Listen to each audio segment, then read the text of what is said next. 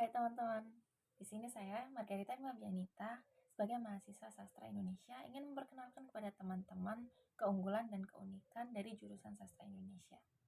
Seperti yang kita tahu, bahasa Indonesia sendiri merupakan bahasa ibu yang kita gunakan sehari-hari. Tapi bukan berarti kita sudah tidak mempelajarinya lagi. Seperti yang kita tahu juga, dari kita duduk di sekolah dasar hingga perkuliahan ini, kita masih mempelajarinya. Oleh sebab itu, ada jurusan khusus yang mempelajari tentang bahasa Indonesia. Sastra Indonesia. Bagi sebagian orang, sastra Indonesia terkenal jurusan yang mudah, sehingga tidak jarang juga jurusan ini diremehkan oleh banyak orang. Tapi jika kita telisik lebih dalam lagi, sastra Indonesia memiliki kelebihan dan keunikannya tersendiri. Bahkan, banyak orang asing yang masuk ke jurusan ini untuk belajar bahasa Indonesia. Jadi, buat kamu yang ingin meneruskan kuliah di sastra Indonesia, ayo, jangan malu dan jangan dengarkan rumor-rumor tentang sastra Indonesia itu. Oke, jadi tadi di atas saya sudah bilang tentang keunggulan dan keunikan dari sastra Indonesia. Tapi jangan salah, mahasiswanya pun juga memiliki kelebihan dan keunikan. Mari kita cari tahu apa keunggulan dan keunikan dari mahasiswa sastra Indonesia ini. Yang pertama, mereka pecinta buku, selalu kepo dengan bacaan-bacaan. Mahasiswa sastra Indonesia diwajibkan untuk membaca entah itu karya sastra klasik atau modern, sehingga secara tidak langsung mahasiswanya akan memiliki kecintaan untuk membaca. Untuk yang selanjutnya, memiliki kemampuan menulis yang mumpuni.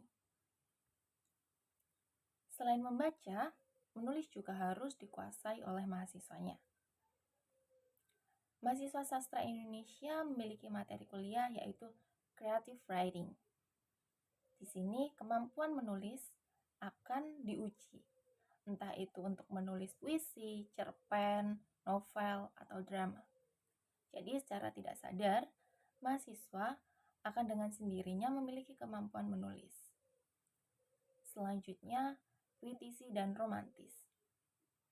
Jika sebelumnya saya ada bilang mahasiswa sastra Indonesia bisa menulis puisi, hal itu bisa dimanfaatkan untuk menjadi orang yang romantis dan puitis.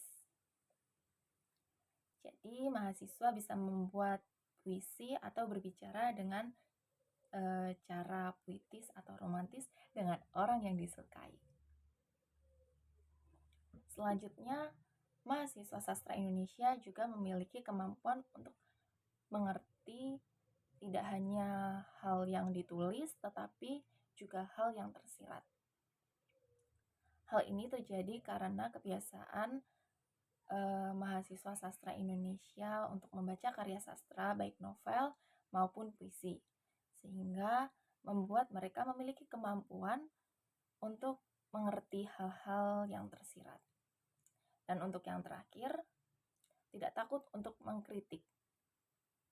Karena memiliki pemikiran yang kritis, mahasiswa jurusan sastra Indonesia ini tidak takut untuk mengkritik, memberikan ulasan atau tanggapan, kritikan terhadap suatu karya adalah hal yang lumrah bagi mahasiswa sastra Indonesia.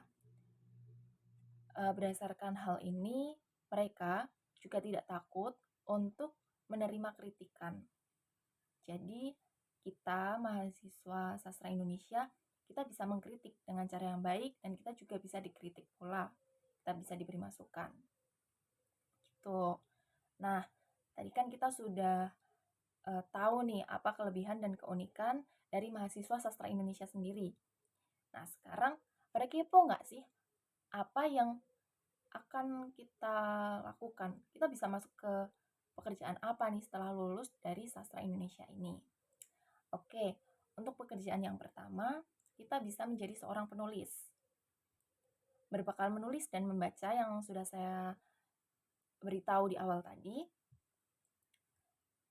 mahasiswa dapat menjadi seorang penulis, entah itu menulis novel atau cerpen, atau kita juga bisa menjadi penulis naskah film atau script writer.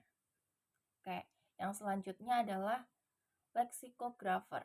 Oke, buat teman-teman mungkin ini agak sedikit aneh gitu ya. Apa leksikographer itu? Nah, jadi pekerjaan ini itu ada hubungannya dengan pembuatan kamus. Tugasnya yaitu menulis, menyusun, dan mengedit kamus untuk mengatur bahasa asli, profesional, bahasa Inggris, dan pembicara yang menggunakan bahasa asing atau memiliki dua bahasa. Selain itu, seorang leksikografer memiliki peran untuk memantau bahasa, istilah baru, dan mengoreksi arti kata dalam kamus. Oke, untuk pekerjaan yang selanjutnya yaitu penyunting. Pekerjaan ini membutuhkan tingkat ketelitian dan fokus yang tinggi. Seperti yang kita tahu, kegiatannya saja sudah menyunting. Tentunya apa yang ia hasilkan harus lebih baik dari naskah sebelumnya atau naskah awal.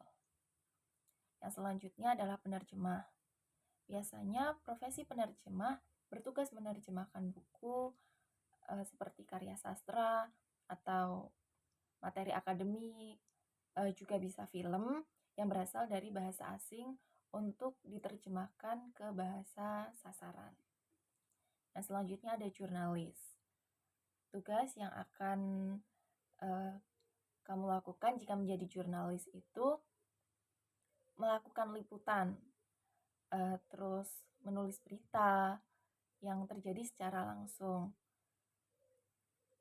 Terus bisa juga menulis berita secara teratur dan sebelum terbit biasanya akan melalui proses editor. Nah, bagi yang suka menulis atau mengamati suatu peristiwa, pekerjaan ini tuh cocok buat kamu. Nah, untuk yang terakhir adalah pengajar. Nah, mungkin teman-teman sudah sering dengar nih, marak juga kan pada dengar pengajar nih, guru atau dosen. Tapi teman-teman jangan takut. Buat teman-teman yang bukan lulusan pendidikan, bisa loh jadi pengajar. Nanti teman-teman bisa mengambil di semester 2 di jenjang pendidikan. Jadi nanti teman-teman bisa ambil jurusan pendidikan di S2. Maaf tadi saya di awal ada bilang semester 2, maksud saya S2 gitu. Nah, tidak hanya berpatok pada pegawai negeri atau swasta, teman-teman juga bisa banget ngajar pada tempat bimbingan belajar dan sekolah internasional. Seperti itu. Nah, teman-teman sekarang udah lebih mengenal kan tentang sastra Indonesia itu. Teman-teman juga udah tahu pekerjaan apa yang bisa kita ambil setelah kita lulus dari sastra Indonesia ini. Jadi teman-teman nggak usah bingung lagi nih, nggak usah takut tentang rumor-rumor yang tadi kita dengar nih tentang sastra Indonesia ini. Jadi, ayo ikutin kata hati kalian. Jadi saya di sini sebagai mahasiswa sastra Indonesia menunggu teman-teman untuk bergabung di keluarga kami, keluarga sastra Indonesia. Sekian dari saya tunggu teman-teman dan sampai jumpa. Terima kasih.